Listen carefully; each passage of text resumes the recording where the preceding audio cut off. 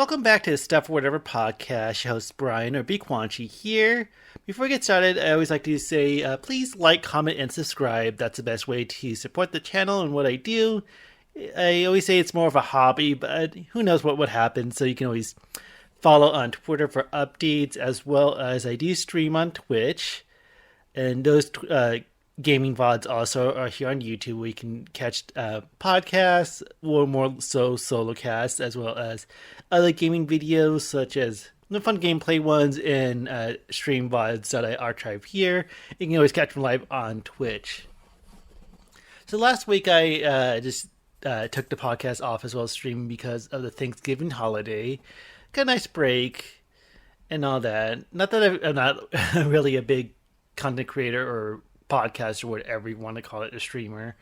I don't know, but it's kind of, I don't know, weird kind of satisfaction of kind of having a schedule and doing things to kind of keep you busy. And I don't know, who knows what happened in the future, but I guess if anyone's listening ever thought about doing anything like a podcast or streaming, I say just do it. I say have some structure for yourself, just because it's kind of, I don't know, it's kind of like has that weird satisfaction, or at least, you know, you're giving the effort that you feel like you should be giving, if not more or even less. It depends, because you don't have that like immediate like feedback loop or audience or anything like that. It's kind of really hard to really judge like if you what you're doing is working or not working or just not getting noticed. So who knows? I said this a few times. I have some ideas for other like videos. It might be like more like fan videos or video essays or something like that. Nothing too fancy, but I've been dragging my feet about that. So I don't know. It's just like one of the things like you feel like if you can't really present it in a good way, you kind of feel a little discouraged from making an effort or so. So I kind of like the podcast, even though this is very simple. Little details about it, like the visual, even though it's meant to just be listened to. I just have YouTube as my main platform because I'm in the YouTube partner program and stuff like that, or whatever. But I guess the first thing I want to talk about this podcast is it's not too recent, but pretty recent enough. But the remakes for Pokemon Shining Diamond and is it Brilliant Pearl? I think that's the case. I just go off memory. Let me look that up real quick so I don't feel stupid. But I think it's Shining Diamond and Brilliant Pearl. But I think I got those mixed up. If Brilliant Diamond and Shining Pearl. I think I said it the opposite way. Yeah, Shining Pearl, Brilliant Diamond. Also, I don't know why they have a double pack. I hear that's like one of the biggest complaints, I guess. I don't know if like the Gen 1ers or older fans of the series, but it feels like get one or other, because the difference between the game isn't all that much of a difference between certain Pokemon. I know back in the day that was kind of to encourage trading and stuff like that too.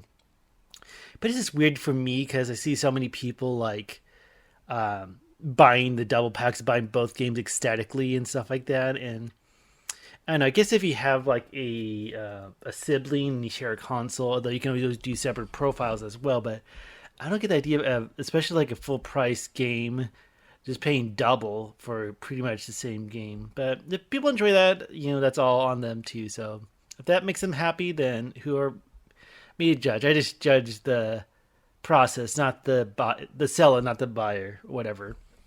But I want to bring this up because the original DS Diamond and Pearl, I got the Diamond version. I actually remembered I pre-ordered at GameStop, and I actually got a promotional Dialga stylus. I think I still have that. I think I kept that. But it's one of my favorite games. I think one of the cool things about it is like doing the big jump up, and I actually skipped the third generation. Because of the period of my life, not to age myself too much, but kind of like, you know, being, I think, done with high school, or I forget, I think it was in high school, and it wasn't like a big priority to get the next Pokemon game. So I think when I kind of have more of a disposable income, even though being an adult without the responsibilities, I did get the DS and got it. And it's like that big step up from Gold and Silver, since it's my previous one. And like how it takes advantage of like the dual screen, the touch features, and stuff like that. So yeah, Diamond and Pearl, like I said, more specifically, Diamond is one of my favorites of the games. I did skip the 3DS, so I haven't played those games. But I bring it up because I remember when I first heard about the ports coming out, they're going to be released. I got pretty excited. I thought that'd be really cool to kind of revisit these games, but it just kind of died down. Like, I don't know. I actually never got them, so I haven't played them yet. Just what people show online and talked about online. And I know some people. I'm not the biggest like graphics person. Like, oh, this had to look so great and stuff like that. But people complain about the graphics, especially for a huge money making franchise that Pokemon is. But it just kind of feels like compared to DS, it's a step up, but it feels like kind of the same experience. Even though I'm sure there's a lot of things different with it, and if you really dive into it, if it was maybe cheaper, I'll be more on board to get it. I might eventually pick it up. I remember when Leaf Green and Fire Red, like compared to the first games, this was cool stuff. Even though it was a Game Boy compared to Game Boy Advance, this when it feels like a big upgrade to experience, I think that makes a huge difference. And I don't quite feel that with what I've seen with the Diamond and Pearl remakes. I've been seeing that a lot with like game remakes and remasters and stuff like that too. I don't know. I know it was kind of criticized, but also really liked as well as the Link's Awakening. Yeah, so that was a game I didn't even touch on the Game Boy, and had a really great time on a Switch. So it's something very new to me, and I think compared to Game Boy, Switch is like a huge improvement, and I don't know, just a whole cool new game and experience and stuff like that too. And I'm sure it plays a lot of similar beats and stuff like that to the original Link's Awakening. But I really like that, but some people kind of criticize that too, and also maybe the art style, but I don't know.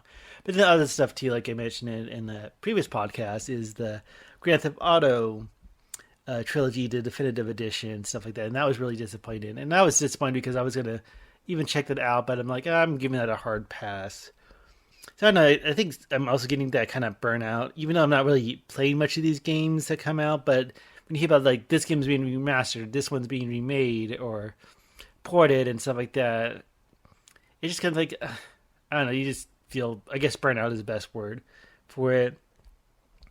Like I think one that was surprisingly maybe better out of these kind of remasters is the Legend of Zelda, the Skyward Sword, because I think that one had a lot of big quality of life improvements, especially since the when on it was just on the Wii, because it was we actually had two main series Zelda games, and people could kind of criticize that for its motion controls and things like that.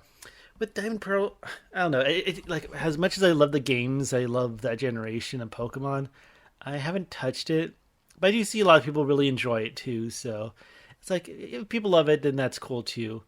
I think one thing that may turn me around is if they announce that the Shino Pokedex is going to be updated into Pokemon Sword and Shield, the most recent generation. Like, let me look this up real quick because I know there was word about Pokemon Home and the Diamond Pearl remake. So let me look it up real quick. Okay, I'm looking at Nintendo Life and looking at it. And it also, I guess it includes Pokemon Legends Arceus. I'm saying that right. But it's coming in 2022.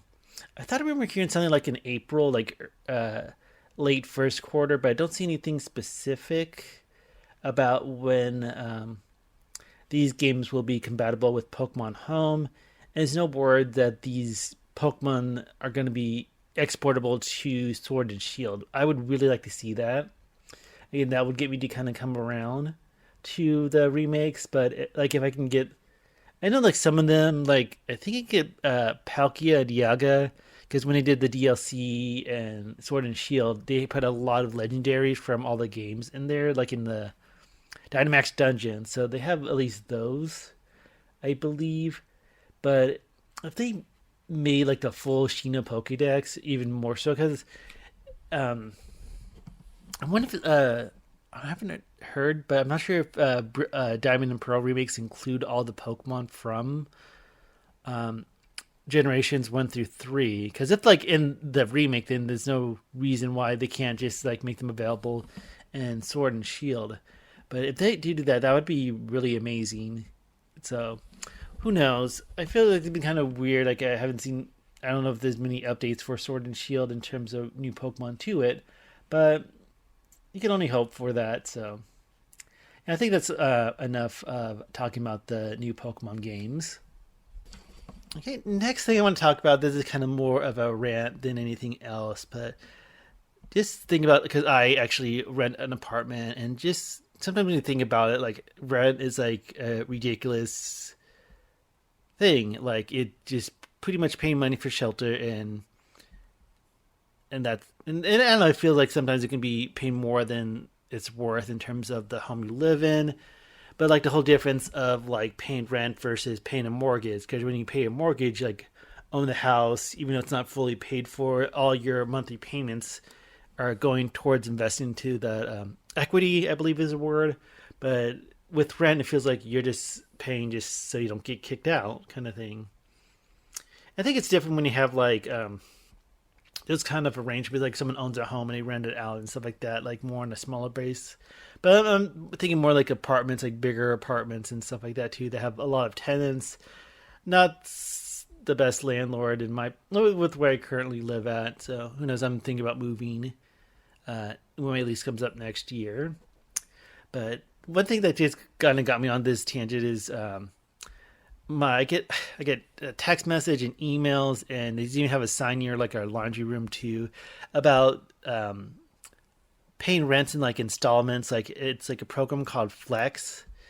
I'm not quite sure if that's like the company. I haven't looked into it that much, but I kind of seen that word tossed around. I'm not sure if that's like a new general term.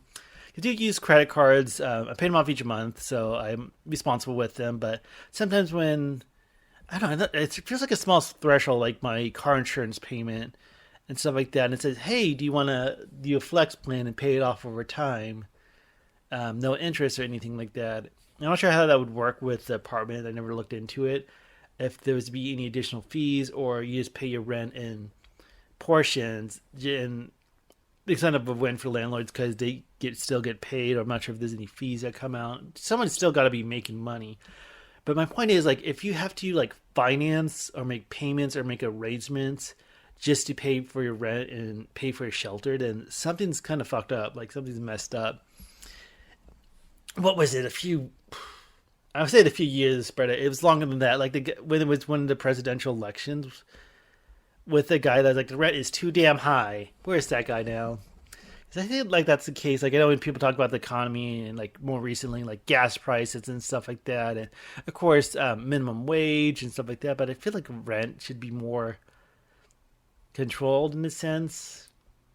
But I don't know. Like some people like rent complexes I've seen, like it's luxury or remodel and stuff like that, and use all those like fluffy high end words to make it seem like it's a huge value and stuff like that. So, but I don't know. I almost wish that there was like some program like if rent was like tax deductible, like if you paid this much in rent, you can claim that on your taxes, just so you get maybe something. Because I think maybe because I feel like how all your expenses for a month and stuff like that, whether it be food, utilities, commodities, or whatever, like rent's like the biggest chunk of your monthly income, just depending on where what your living situation is. But I feel like almost like it's a ripoff at times. Not to get like that movie Rent. It's been a long time, that musical Rent. I think that was the point of that movie, like the premise of it, but. Sometimes I just feel like rent is just so ridiculous. I'm just fortunate enough that I have a roommate. I have a decent income, and all that. And who knows if YouTube would help add to that? Because I do still have my debts to like student loans, paying off a car and stuff like that too. So it's like a good comfort. Like I can definitely be more comfortable, but I just feel like with rent sometimes, like it's just ridiculous. It didn't seem like I said, get emails, alerts, and even text messages about like, hey, concerned about paying your rent? You can use this flex program, and I don't know. It just feels something's messed up if you have to finance and make arrangements just so you can get by paying your rent for the next month. Okay, the next thing that's kind of a small tangent I wanted to get on. Kind of a weird. I'm not sure if this is considered a weird habit with my wallet, but ever since I was little until now, I always put my wallet in my front pocket. But I know a lot of people keep it in the back pocket. I'm not sure if that's like an older thing or like a generational thing. But what got me thinking about this too, like someone, when you see like a YouTube video and they have a sponsor of one of those really thin wallet thingies that, I forget what it's called or whatever, but like a much slimmer wallet that kind of carries your essentials and stuff like that too. Like, oh, it's so convenient, so you're not sitting on your a huge wallet or getting back pain and stuff like that too. And I just don't get that. I don't know if it just when I was younger and using a wallet, carrying a wallet for the first time, it felt more natural to me just to keep in my front pocket. I find it convenient. I know because I don't want to like feel like like if I'm sitting down at a restaurant or in my car. I feel like sometimes the hassle to kind of reach into my back pocket. I know sometimes I have that, like especially if I'm wearing jeans. Sometimes that takes a little bit to get my wallet out of my pocket, like because with the pandemic and all that, and ever since then, and well, I don't want to blame it just on that because I'm kind of a fast foodie in the first place, but a lot of fast food drive-through meals for me, and haven't been too bad. But I don't know, I just find it weird that I don't know. I guess it's not too weird just because so many people do it, but the whole preference of having a wallet in your back pocket in your front pocket. Because I also think for me, I think as a kid or teenager, like watching cartoons and stuff like that too, like someone would get pickpocketed, like someone would steal a wallet because it was in the back pocket. So I think if well, of course, if your wallet's in your front pocket, it's going to be a whole hell of a lot to pickpocket and steal from than your back pocket. Because definitely nowadays you don't want to get your wallet stolen. So I wonder if that is still much of an issue. Getting wallets stolen and stuff like that too. It almost feels like a cartoon thing, or a sitcom or a movie thing. But I think that's another thing that it just kind of felt more natural, like instinctively for me to keep wallet in my front pocket, and rather than have it in the back pocket. But I don't know. If anyone in the comments like want to have this discussion, I'm like, I can't remember because sometimes I think. I was just kind of like thinking to myself real quick, but I don't recall really knowing anyone personally who really keep the wallet in the front pocket. Maybe like once but I don't know. It's like one of the things that I don't really pay attention to all that much. But yeah, I'm just curious of how many people keep wallets in the front pocket versus in the back pocket. And for this next part of the podcast, I'm bringing back the whatever report. It's kind of funny to say I'm bringing back even though I've been doing it consistently, but this kind of weird news I've been finding around. Some of it not too weird, but just kind of like the whatever report. And I think talk about this wasn't like the weirdest thing because I think I heard this recently online, but I guess they have like new policies that debt collectors can actually contact you on social media and all that, so they can slide into your DMs and contact you about your debts. I think this is more so like if you're like past due and stuff like that too. So I was actually looking at the website, and like the main things it says is that they must keep messages private, so they can't like publicly at you on Twitter or comment on a social media post like on Instagram or Facebook. They have to identify themselves as a debt collector, and they must provide a way for you to opt out of the communications.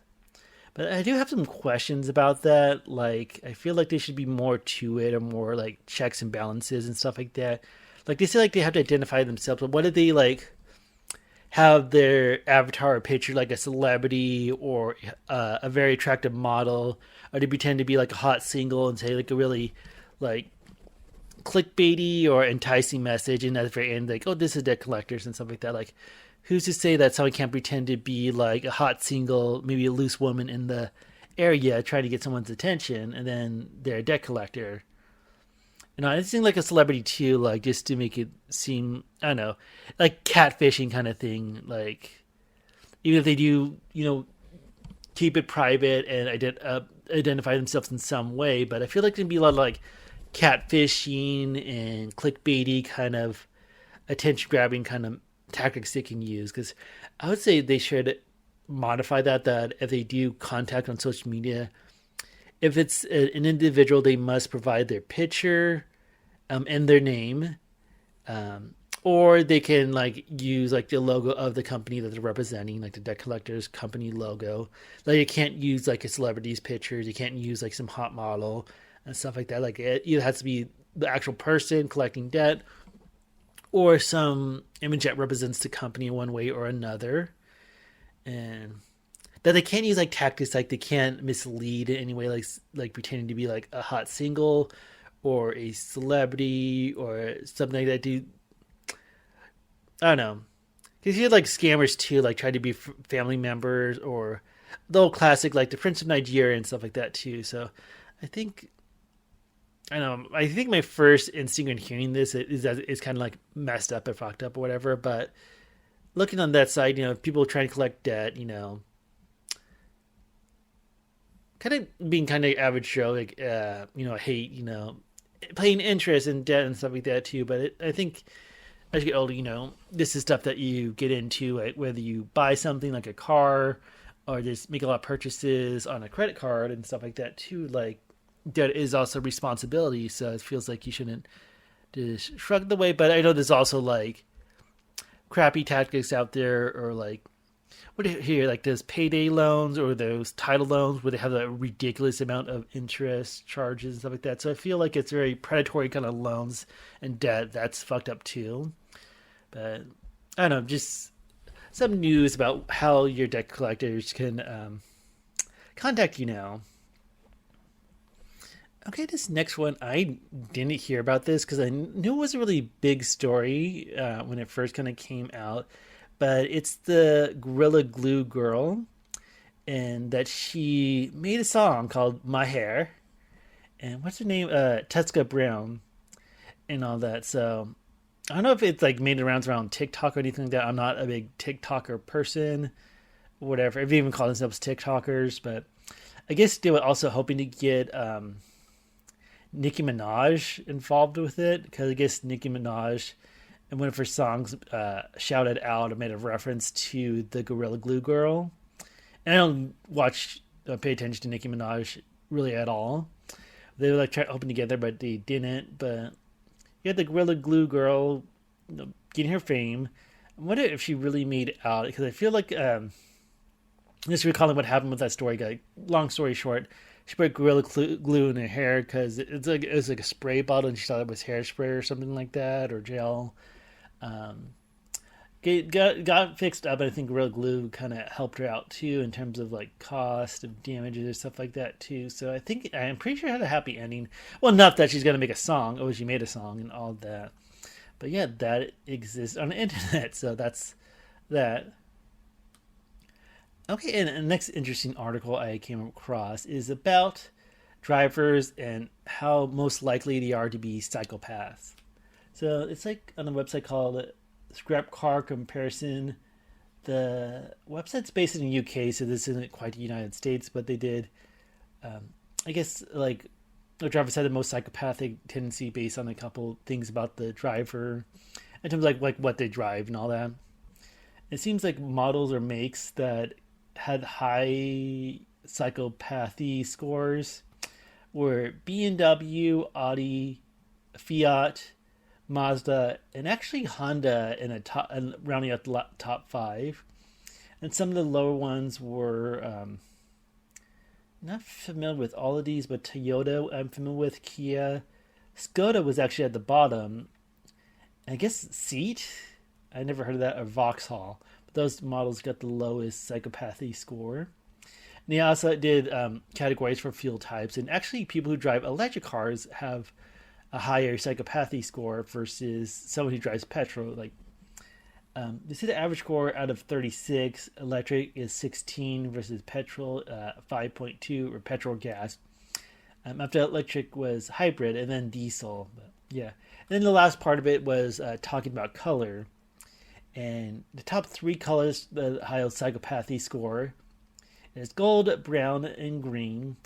And then the bottom three is white, silver, and red, which I'm a little surprised that red got the lowest score, because I think people think of red as being like high energy or anger or stuff like that too, but actually the lowest score.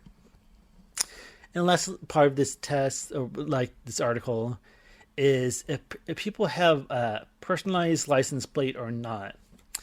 And again, this is out of 36, however they rank it, but personalized got 13.8 versus the standard license plate is 5.3. So if you have a personalized license plate, you're over twice as likely to be a psychopath. Or take it for what it's worth. And next article is about a man who tried to enter the neighbor's home at 2 in the morning, claiming that a big snake invited him to do so, or like told him to do so.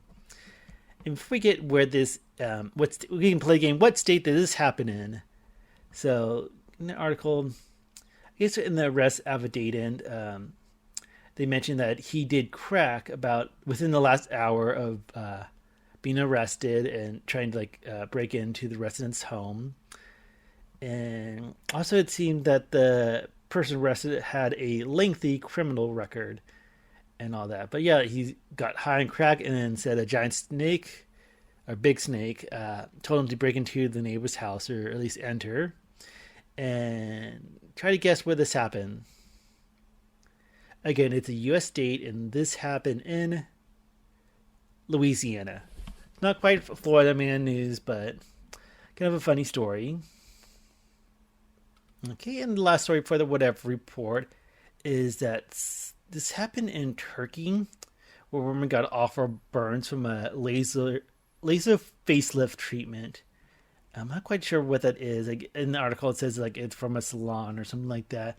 But what happened is that the person doing the treatment was on a phone arguing with the boyfriend, and it got pretty distracted, but then had some horrible burns. Like, looking at the pictures, it's not the absolute worst thing, but it looks like someone that has really you can tell it's scarring. It looks almost like heavy freckles, but it does not look good. I think the article also showed her.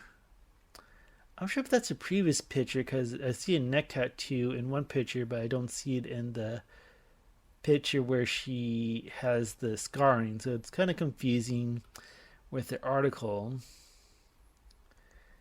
I'm not sure if that picture is actually the beautician's. Maybe that's the case. Because they look kind of similar, but there's a tattoo that's visible. But I'm looking into it, there's a fine, but I guess the fine was very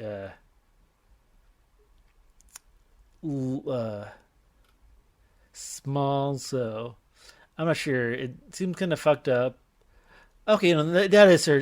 Okay, I scrolled down. I guess that one of the pictures had that weird when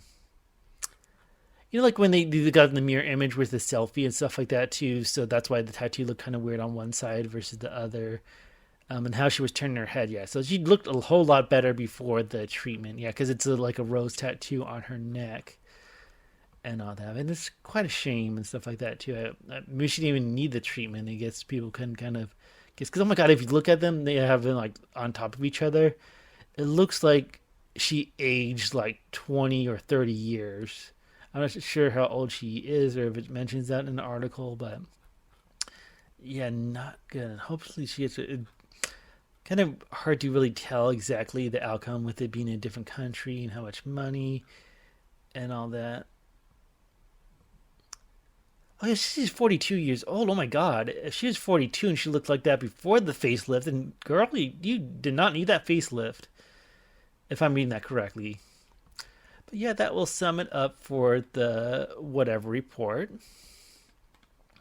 And the one last thing I want to talk about this podcast is the holidays. We just had Thanksgiving, and for me, I don't know. I feel like as I get older, the holidays don't seem as, I guess, as meaningful or as jolly as a time, because I don't know. You kind of lose that magic as you go older, just because you're not going to be a kid that running up to the Christmas tree in the morning having a big pile of gifts, or that one big present that Santa got. You know who really got it. I don't know if I have any kids listening to the podcast, but won't try to drop too much spoilers when it comes to Christmas and Old Saint Nick. Yeah, and visiting Santa at the mall and stuff like that, or doing more Christmas shopping and stuff like that.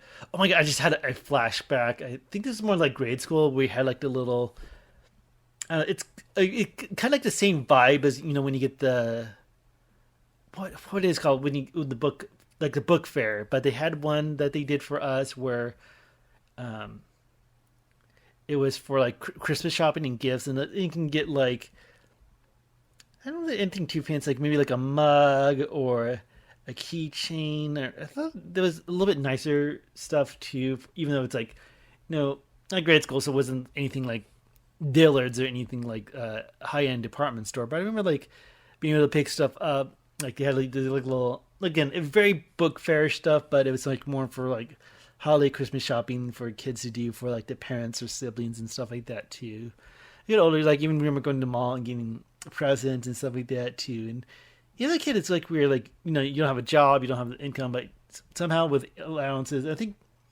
maybe I'm pretty sure that was the case. My parents kind of give us a little shopping money for Christmas shopping and stuff like that too. So I think that was fun. I think as I get older, it just kind of became more about the next generation. Like when I would visit, it'd be kind of more about my nephews and nieces, or most of the grandkids for my parents, because we would always visit my parents' house for the holidays.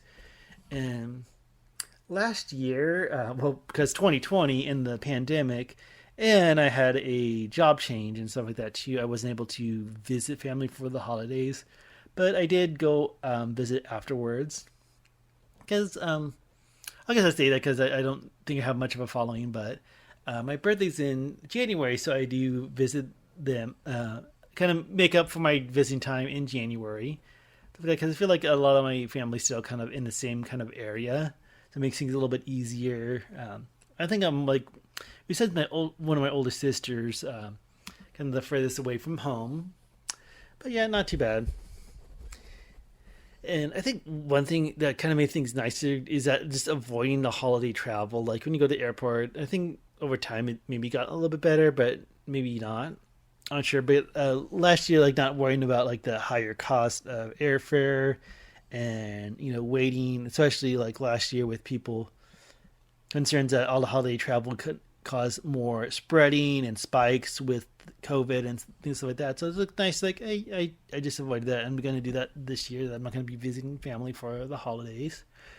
And I know it's a little bit of a bummer because I think that's the one thing. Like, even though it's with like the gifts and stuff like that too, over time, it's been not so much about the adults, but it's been more about the kids. So it's like, it's not like I'm expecting to receive a lot of gifts, even though that's not the main thing. Although, yeah, that's a big part of like Christmas holiday and all that. When you see in movies or TV show, receiving gifts is always a fun part of it. But I don't know. It kind of actually it's more about food for me, honestly. Like my mom's cooking, she does bake a lot of stuff too. So, but she usually saves at least the baked goods, like a good portion for me when I visit.